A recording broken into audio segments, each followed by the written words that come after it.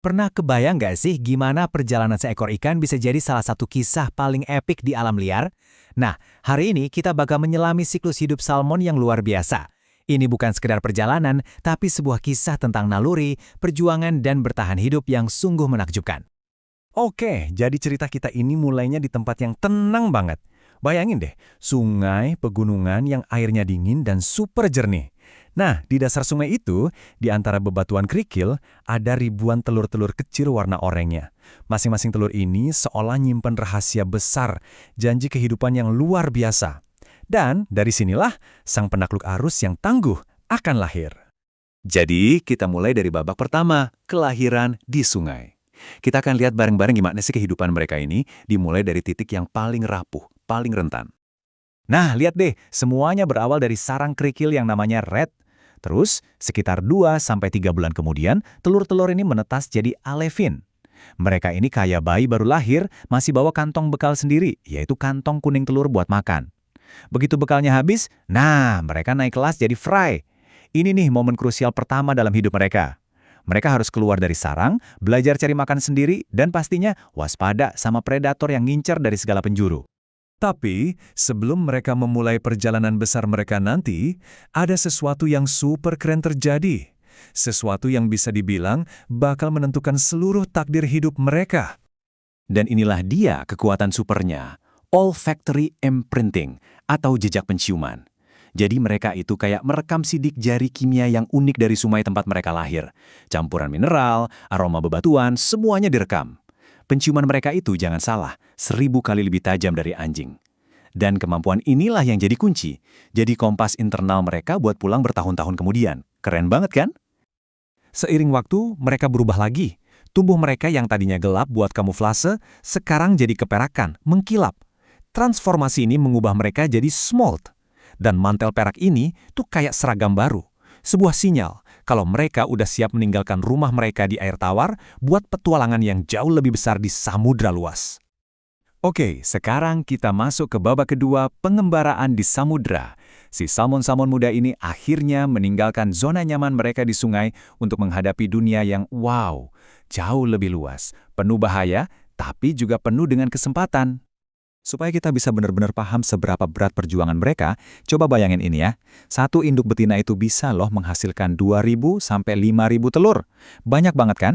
Tapi pertanyaannya, dari ribuan calon kehidupan ini, berapa banyak sih yang bakal berhasil bertahan?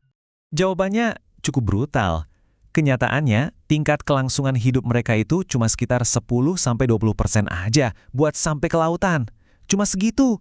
Sisanya, ya mereka jadi santapan predator kayak elang atau burung lain. Atau ya nggak kuat menghadapi tantangan berat di sepanjang perjalanan menuju laut. Dan salah satu rintangan terbesar itu ada di muara, gerbang antara dua dunia. Tempat air tawar sungai ketemu sama air asin laut. Di sini, tubuh mereka harus beradaptasi secara gila-gilaan. Ada proses biologis namanya osmoregulasi, di mana mereka harus bisa mengatur kadar garam di tubuh. Ini tuh ujian yang berat banget. Dan banyak yang gak berhasil melewatinya.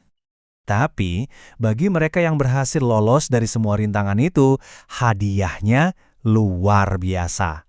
Samudra itu ibaratnya prasmanan raksasa buat mereka. Makanannya melimpah ruah.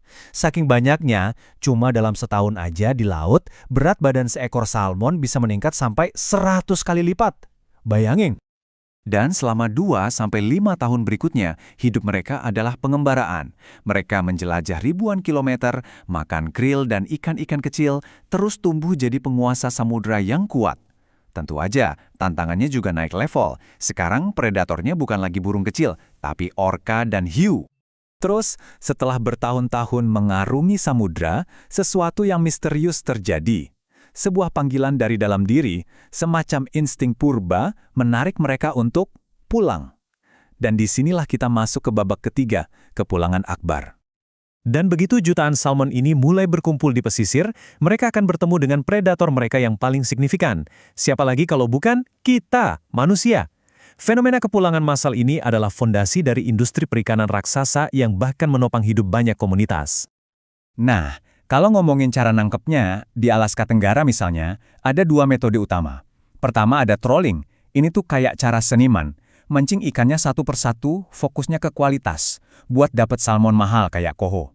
Terus yang kedua ada seining, ini lebih ke permainan jumlah. Mereka pakai jaring raksasa buat nangkep satu gerombolan ikan sekaligus.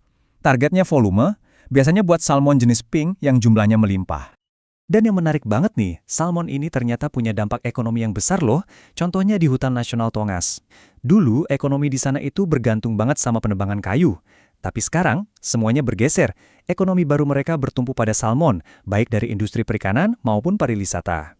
Ini bukti nyata kalau populasi salmon yang sehat itu penting banget. Begitu mereka kembali mencium aroma air tawar dari sungai asal mereka, tubuh mereka langsung memulai transformasi terakhir yang, wow, luar biasa banget. Pertama, mereka berhenti makan total.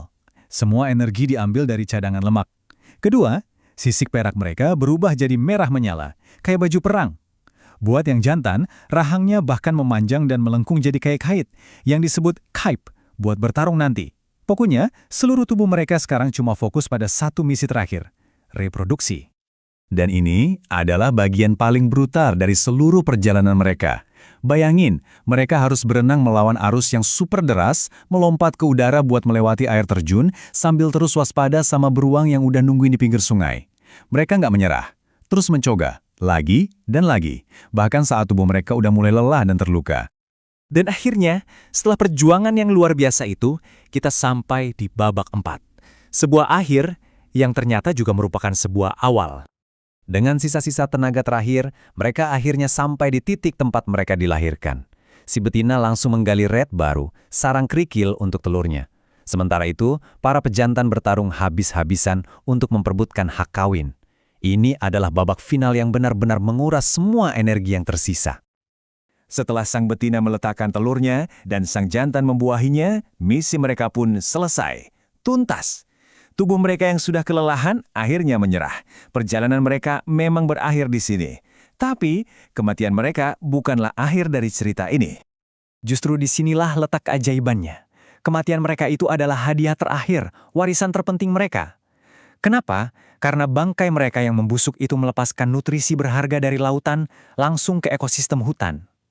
Ada data yang nunjukin sampai 70% nitrogen yang ada di hutan-hutan sekitar sungai itu asalnya dari bangkai salmon. Kebayang nggak? Jadi mereka itu bukan cuma ngasih makan beruang loh. Mereka secara harfiah menyuburkan seluruh hutan. Salmon adalah jembatan, penghubung vital yang membawa kekayaan samudra ke daratan. Inilah yang menjadikan mereka spesies kunci yang keberadaannya menopang seluruh ekosistem. Jadi, perjalanan salmon ini benar-benar sebuah siklus pengorbanan dan pembaruan yang sungguh menakjubkan. Dan semua ini meninggalkan kita dengan satu pertanyaan besar. Di tengah dunia yang terus berubah dengan adanya perubahan iklim dan berbagai ancaman lain, gimana ya cara kita sebagai manusia untuk bisa melindungi siklus luar biasa ini?